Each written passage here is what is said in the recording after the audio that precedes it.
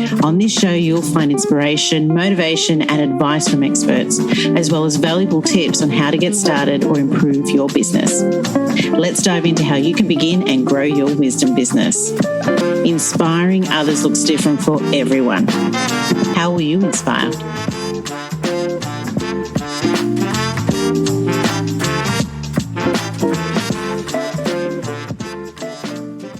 Welcome to the Wise Dome podcast, and today we're chatting with Racquel Collard. Racquel is a marketing expert who helps entrepreneurs and small business owners take control of their marketing, delivering online coaching and consulting services.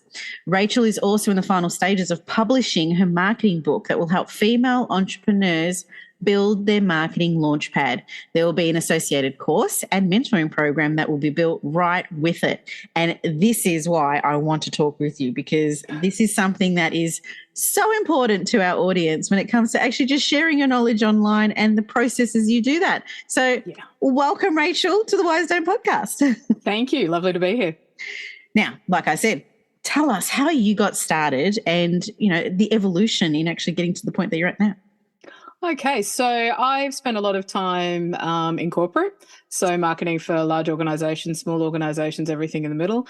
And I just found, I think, with everybody through COVID, you know, there was a lot of reassessment, a lot of sitting back and thinking about what was important, particularly given that we were locked down and working from home. So, and at that point, I realised that whilst I still had the passion for marketing, I really wanted to help business owners get their marketing under control. So a lot of that was driven by getting really tired of hearing about the gender pay gap and about inequality and all of that kind of stuff. So that's why the book in particular is focused on helping female entrepreneurs. But my business generally, the vast majority of solopreneurs and entrepreneurs are actually women in Australia these days. So it's a nice fit and it's a nice way of tackling that. And I figured I've scaled marketing up and down for all sorts of sizes of business, all sorts of budgets, all sort of teams. And there's still a lot of commonality, even if you're just a one-off solopreneur. You still need to get your ducks lined up in a row so that you can go to market confidently and proudly.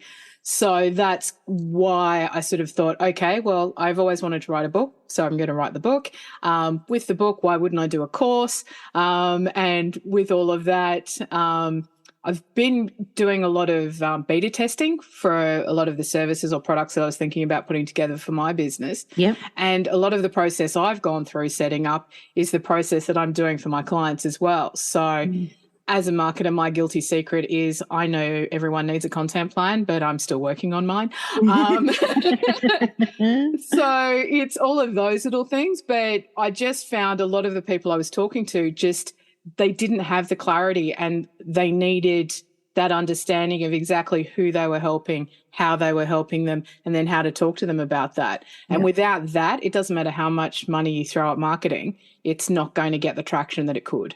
So I've built this framework so that you go through a process where you learn exactly what you need to do before you even take the leap of going out and doing advertising or socials or whatever. So, so it was really about that. And I suppose I was just at a stage where I've worked in a lot of male-dominated industries for a really long time. And like a lot of women in corporate, you get a little bit fed up of the microaggressions and the having to manage everybody all the time. And I just thought, you know what, why don't I go and work with some kick-ass women and help them do kick-ass things, and that would be marvellous. So here I am. Awesome reason to take it on. But, I'd love to, because you mentioned a couple of times there when it comes to budget or marketing, through your, obviously, there's a whole planning process and going through that planning process. And, when you started your business and going through this, obviously, like you said, you're still building up that and you're going through your beta phase at the moment of just, really narrowing down what your offer is going to be. Once you've hit that point, where will you take it then in respect to aligning your budget with your plan? Like, how do you do that so then our listeners can understand that better as well? Yeah, look, a lot of it comes down to where's your business either coming from or going to come from. So if you need to go wider than your immediate network, then you obviously do need to look at things like advertising. Yeah. So social media organically has limitations, and they do it quite deliberately because they want you to pay for advertising. Google advertising is also really useful, but things like networking and that kind of thing also get underrated because I've got to say a lot of my beta clients, for instance, are coming through my networking activities. And a lot of my clients are coming through there as well. And sometimes you kind of separate those out of your marketing budget, whereas for me, I just put it all in. But it really depends on what you want to get out of it. So if you're like a consultant or a coach and you can do it step by step, bring in one client, get a testimonial, get a referral, bring in the next one. You don't need a massive budget. Depends on how quickly you want to scale. If you're in a launch phase, a lot of budgets, you can sort of sit there and say, okay, I'm projecting to get this much revenue, or I'm aiming to get this much revenue. If I'm launching, I need to sort of allow usually around 5 to 10% to actually bring in that income. But it always depends on what channels you're playing with. So if you're out there saying, I'm going to do a billboard, then I'm going to say, okay, good luck with that. They're lovely, but incredibly expensive. But if you're going to do things like just boost social posts, for instance, and they're on message and they're getting you good traction, it's just a good way of widening your reach. So you could play in the sort of 1 to 2% mark. But normally 1 to 2% of your revenue is a good baseline for maintenance mode, 5 to 10% if you're wanting to get growth. And consistency, because consistency is key. We always definitely, please. and this is one thing, obviously, you come from that industry, like consulting, going through that whole, like you said, corporate hustle as well to a degree. It's, how consistent do anyone out there that is looking to, launch a business, grow a business, or, whatever it is, launch an offer even, to expand their business or whatever, doing what you've done, like you said, like you're creating assets in a sense, like you've got your book and then you're going to build it up with a course and so forth. The consistency of your if someone is to go to advertising or, social media or networking and things like that, like some people just sort of, they get in this honeymoon period of, oh, yes, we're going to do this. Everything's all in there. And then things start going, oh, the book's out. I've got to do this. And then I've got to do this. And then something else loses. And a lot of the time what gets lost is that marketing in the sense of online. How consistent how important is consistency and the longevity of it to keep it going, and then to finally see, obviously it depends on the platform and what you're doing, but when would you see sort of growth from it, depending on how often you do it? Yeah, look, something like your content schedule or your content plan, definitely consistency around that. But everything needs to be set up to a strategy. So you need to look at where you are now, you need to look at where you want to go, do a gap analysis, work out what you need to roll out. And what I usually find as well is if you've got a plan, like a content plan, it's a lot easier to write to it and roll it out than it is if you don't have one, because you're not struggling day after day after day to do something or pull it together. So I'd say develop the plan and then go out and do it consistently. Now, social media, you can be doing it every day. You can doing it 5 times a day. I usually start people with twice a week and just get them into that rhythm. And use scheduling tools that help you with efficiencies and help you forward plan. With advertising, you can turn that on and off, but I think social media is your way of showing up in a forum that people can see you in more visibly. Things like your newsletter is a consistent thing that you definitely need to make sure it's a regular thing. So, for instance, I get some newsletters on Fridays that I know I'm looking forward to because I want to get that information. I get other newsletters that I get every day and I think, oh, God, please make it go away.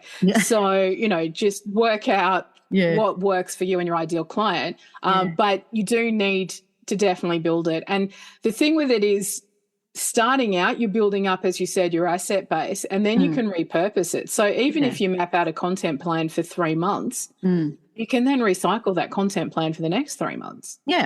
So, and why wouldn't you? Because on social media, if you posted at 10 in the morning and you posted it at 6 in the evening, you're only going to have a 1% crossover of people who will see your post anyway, at most.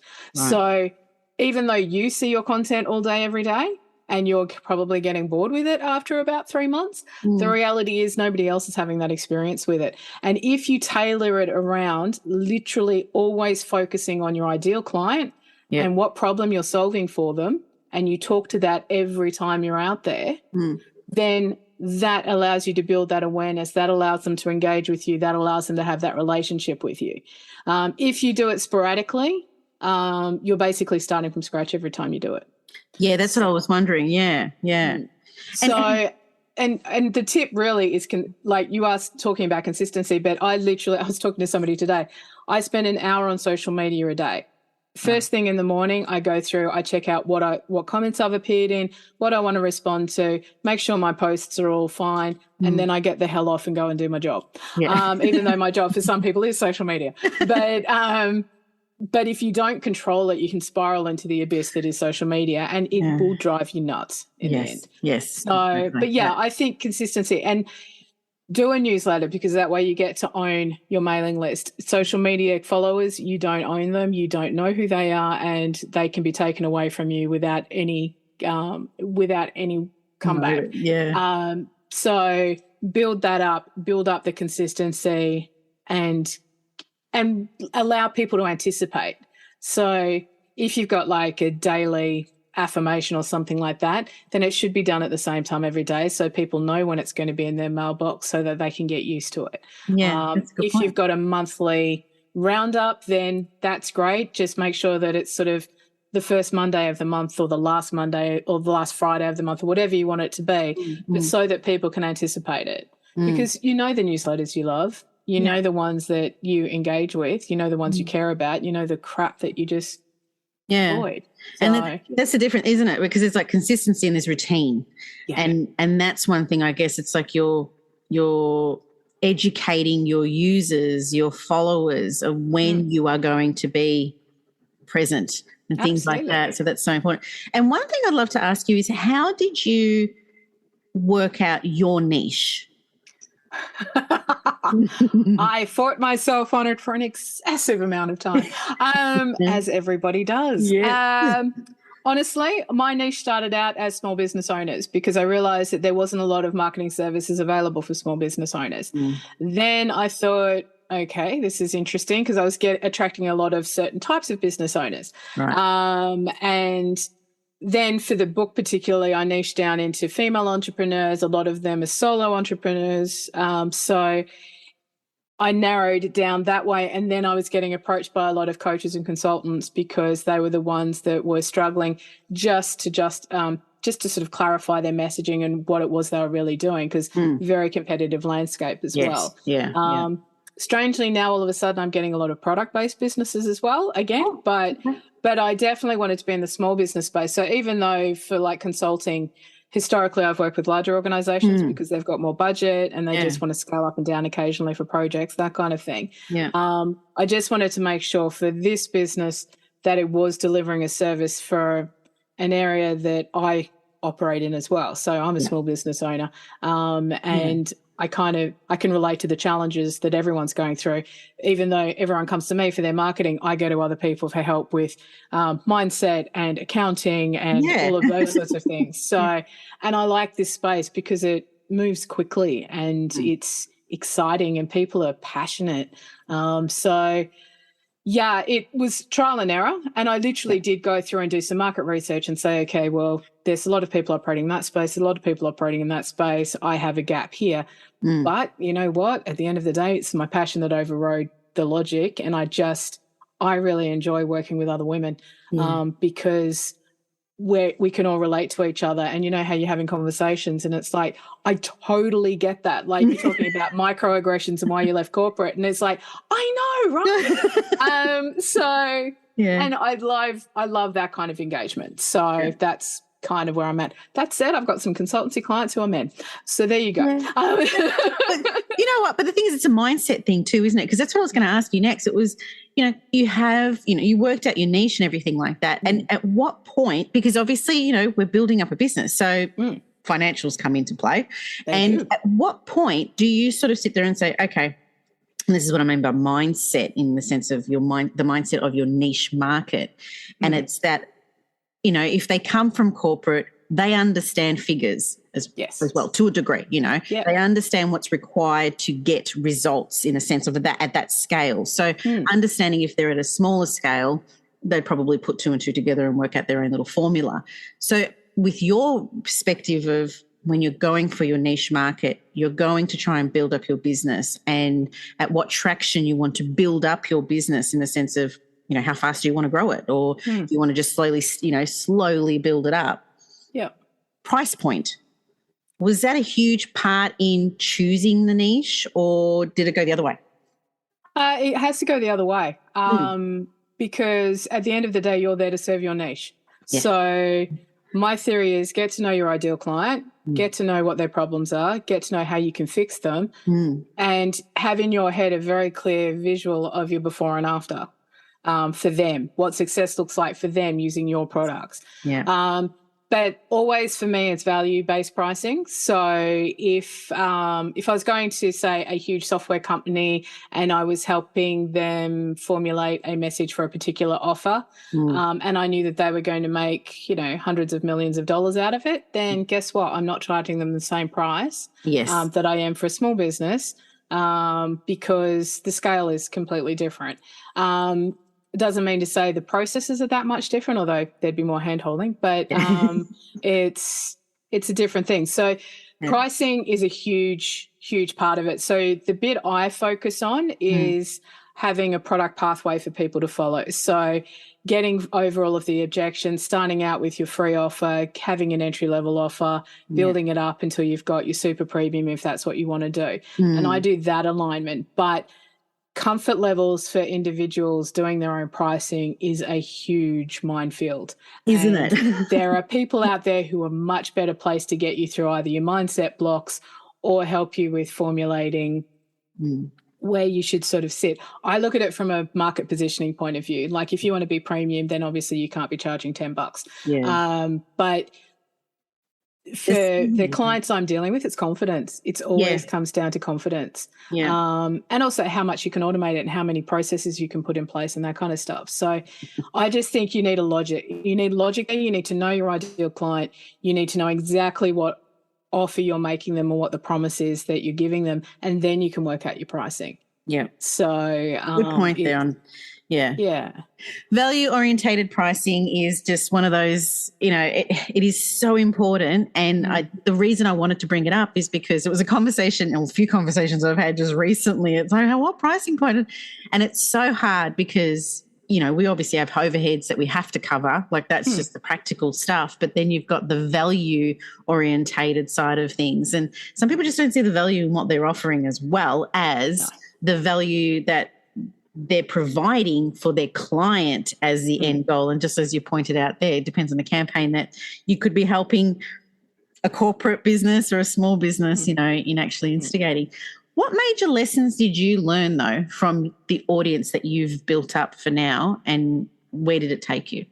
I have just re-engineered my entire product offering. Oh, isn't that fun? Because I went out there with a vague idea. And actually, to be fair to myself, I was actually testing the waters, and I needed to put something up on my website quickly because I made the jump out of corporate fairly rapidly. Then I went on 3 different trips. So I haven't really given myself much of a chance. So what I did was sort of looked at the numbers. So back to the number thing as well. There's only a certain amount of hours in the day that you can work or that you want to work, which means you also need to make sure that you've structured your business, that it's sustainable at the level you want to earn the income you want with the hours that you've got available. So I've got a matrix that I use with my clients. We literally just drop down, what's your goal? How many hours do you work? Okay, these are your packages. How much time does that require from you? And then we work out if the numbers work. And if they don't work, then they have to put the prices up or they can take them down. But the other thing I'll say about that as well is that people, if they're not confident in their pricing, they're always embarrassed to go to market. So, and if you don't have confidence, you're not going to be selling it well. And I don't like hard selling, but I'm saying you've got something of value.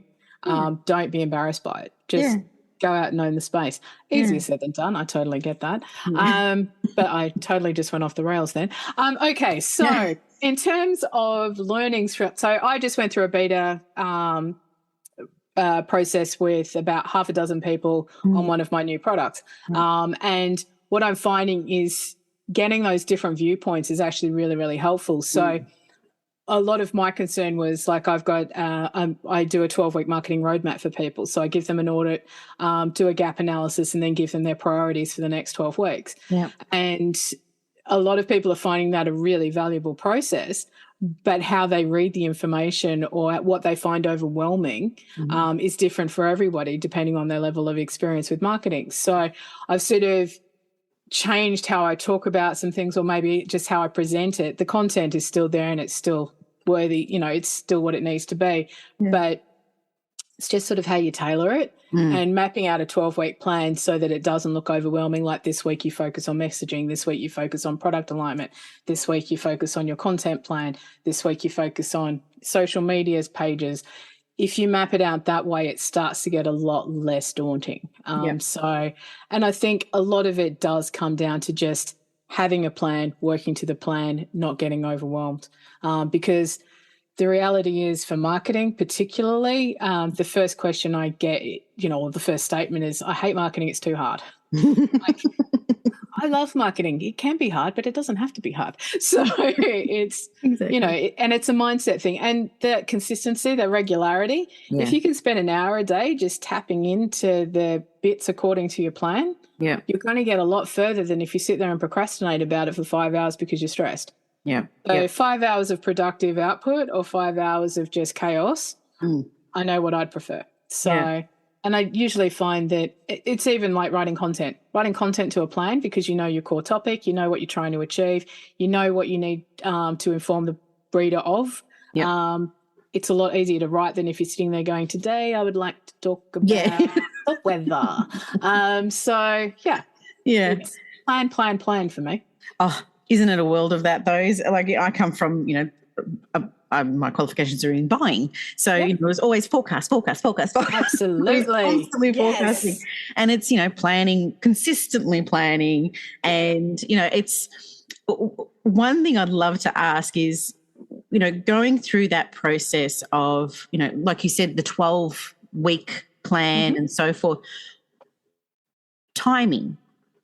What sort of elements do you sort of take into consideration when you're creating a challenge, say 5 days, or a course, or coaching program for 12 weeks? How did you come up with that sort of time frame? A lot of it, so for me, the 12-week plan is literally because you need to be looking long enough into the future that you're not doing it just in isolation. So I also look at your annual goals. But I chunk it down into the 12 weeks just because that's a good time for sprints, and you can usually slot it in around major holidays and all of that kind of thing. With the course, though, I was originally going to do 12-week courses, but with, 2 intakes a year. And I was talking to a lot of people about that and doing like lessons live and all of that kind of thing.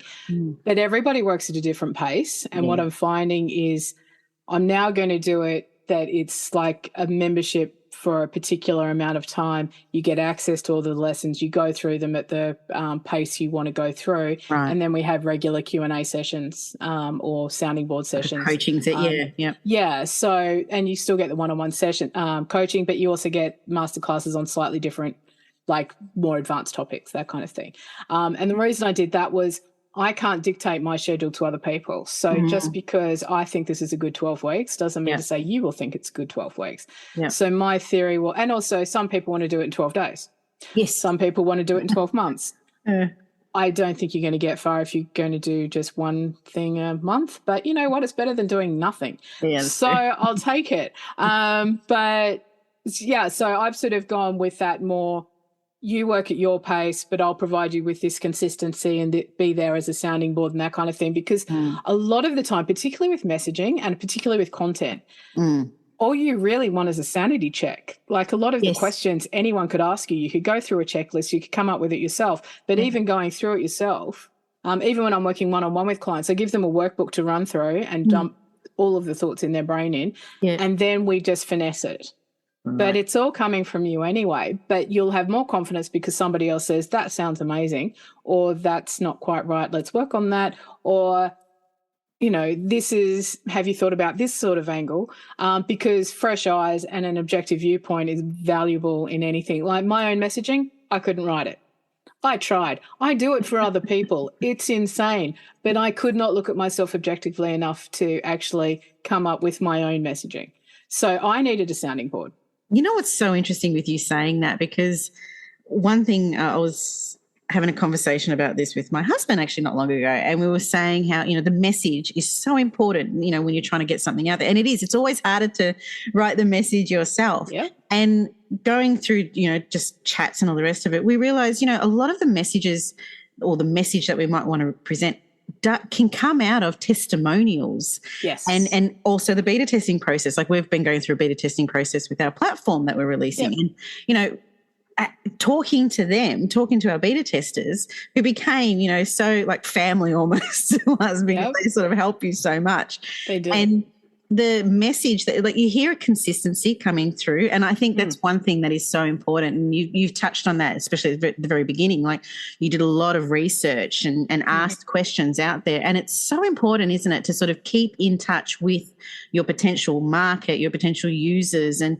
engage. It's like just ask them the questions. And one thing I have to say is, you know, obviously with all this whole, you know, transition in privacy and, you know, the information we gather from, you know, our users and so forth, and instead of stalking people, just ask them. You know? Yeah. Just ask them Absolutely. the question and you can get your answers. And a lot of the time you get your message from that, you know. Yeah. For sure. And also if you've got an existing product and you've got like a help desk or chats or anything like that, go through and have a look at the questions and how they're being asked. Yeah. But one thing I will say as well, like coming from corporate, I hate asking for help because in corporate you can get punished for, you know, an appearance of weakness, which is stupid, but that's a whole different thing. But one thing I do when I'm working through with clients is when we are talking about crystallizing what their ideal client looks like and what they think and feel and all of that kind of thing, one of my tips is go out and ask the people you either are working with or you want to work with, and they are really receptive to do it. And it's amazing the value you get. Like even doing the book, I obviously wanted to interview small business owners.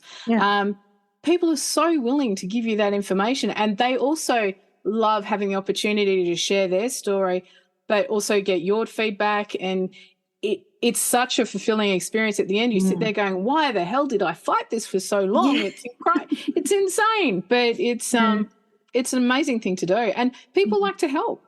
Like particularly if you're in something like One Roof or She Mentors or all of those sorts of things, put out a little note. Like I asked for beta readers. I'm asking people to read an entire business book. I thought I'd be lucky to get 2. Dozens came out of the woodwork. That's awesome. And I'm like, and I couldn't take them all because I couldn't deal with that amount of feedback. I just would have melted. But, you know, I took a dozen of them, and they took the time to go through and do that for me with nothing coming out of it.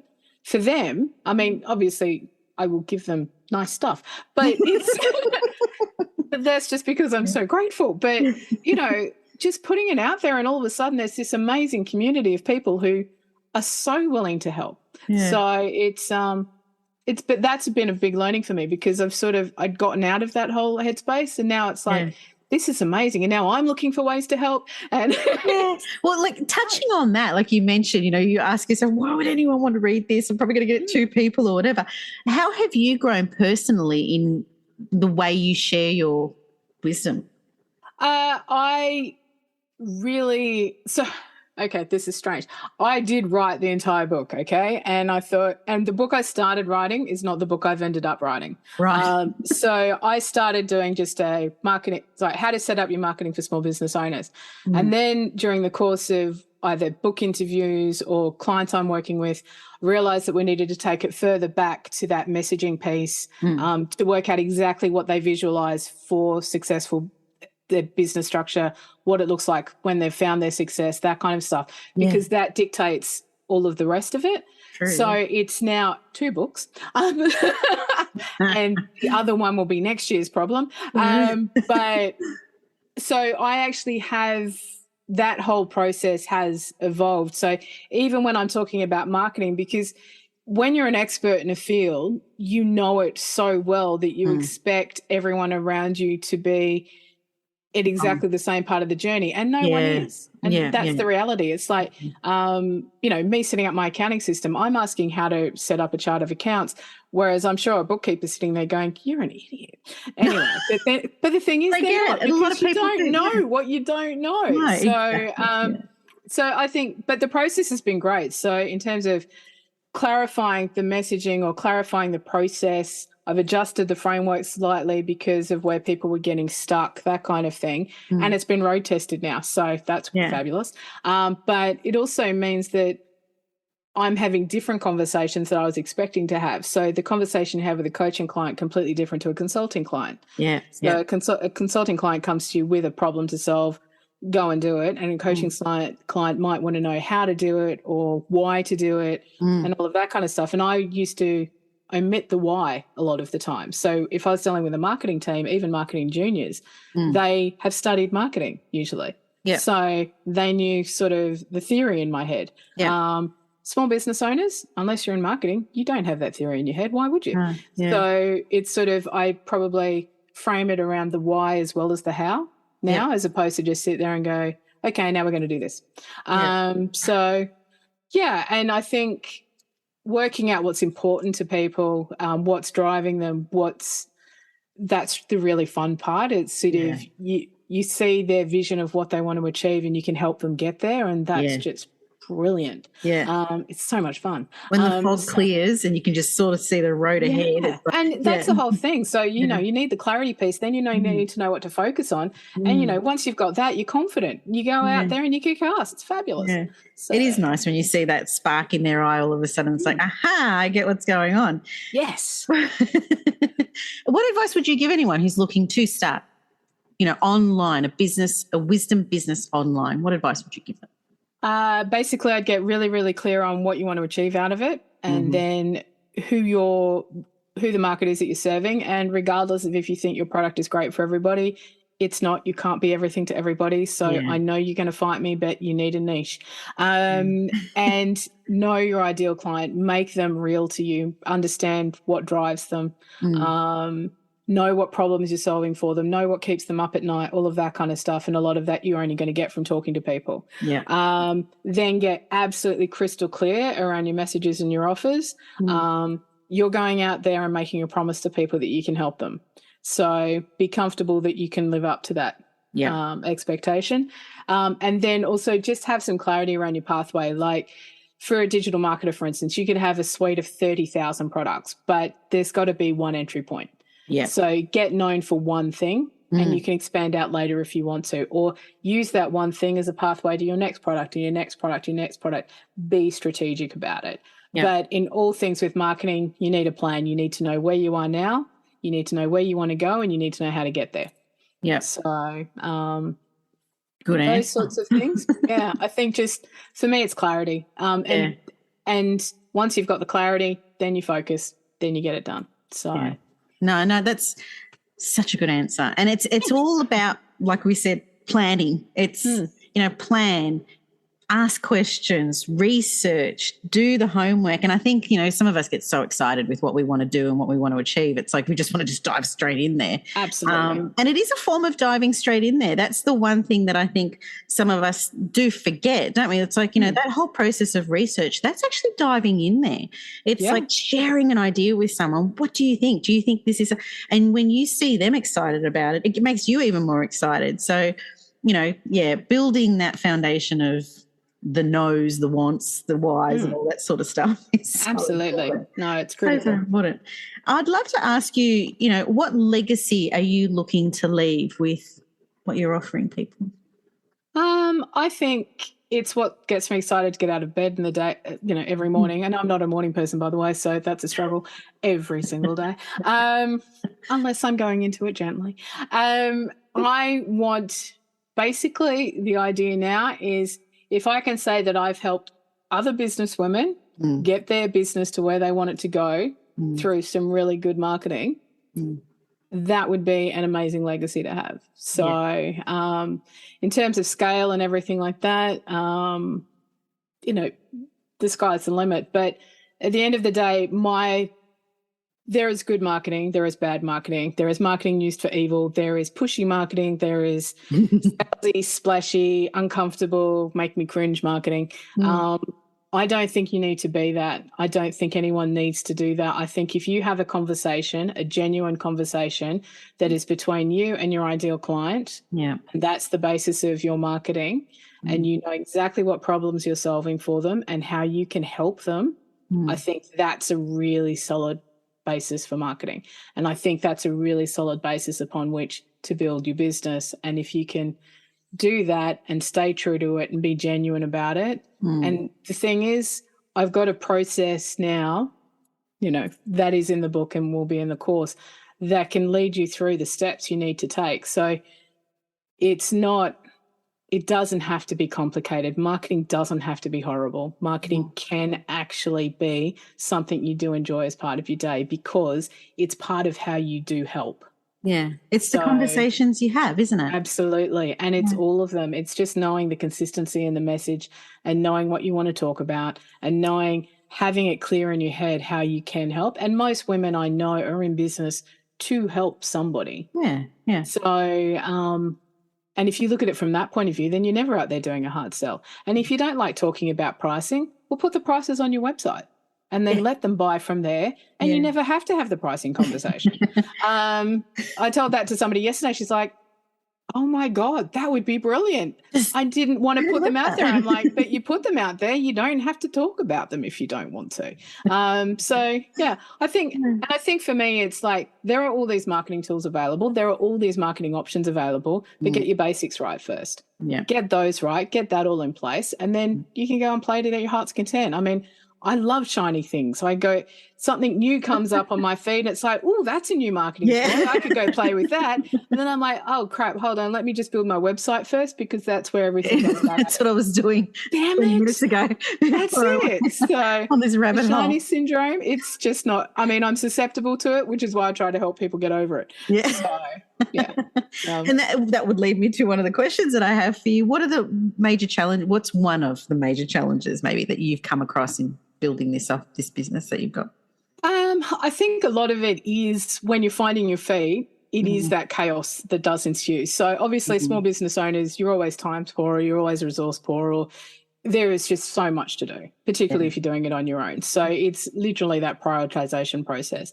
I haven't quite solved it all completely yet. I had a conversation with somebody this morning when we were doing some virtual online working together. And she's like, well, what's most important right now? I'm like, I have a post due in an hour and I have an interview in 2 hours. So those are my priorities today. That's not the best way of planning, but that was where I was today. But normally if I've got, I just say, make sure you do lock in your admin time. Make sure you do give yourself time to do the things you know you need to do. So even if it's you're giving it to a VA to do, you still need to manage that person, right? Yes. So, and I just say, for me, it works best if I just block out the hour or two in the morning and then go and do appointments and all of that kind of stuff. But I think without that discipline, I would be all over the shop.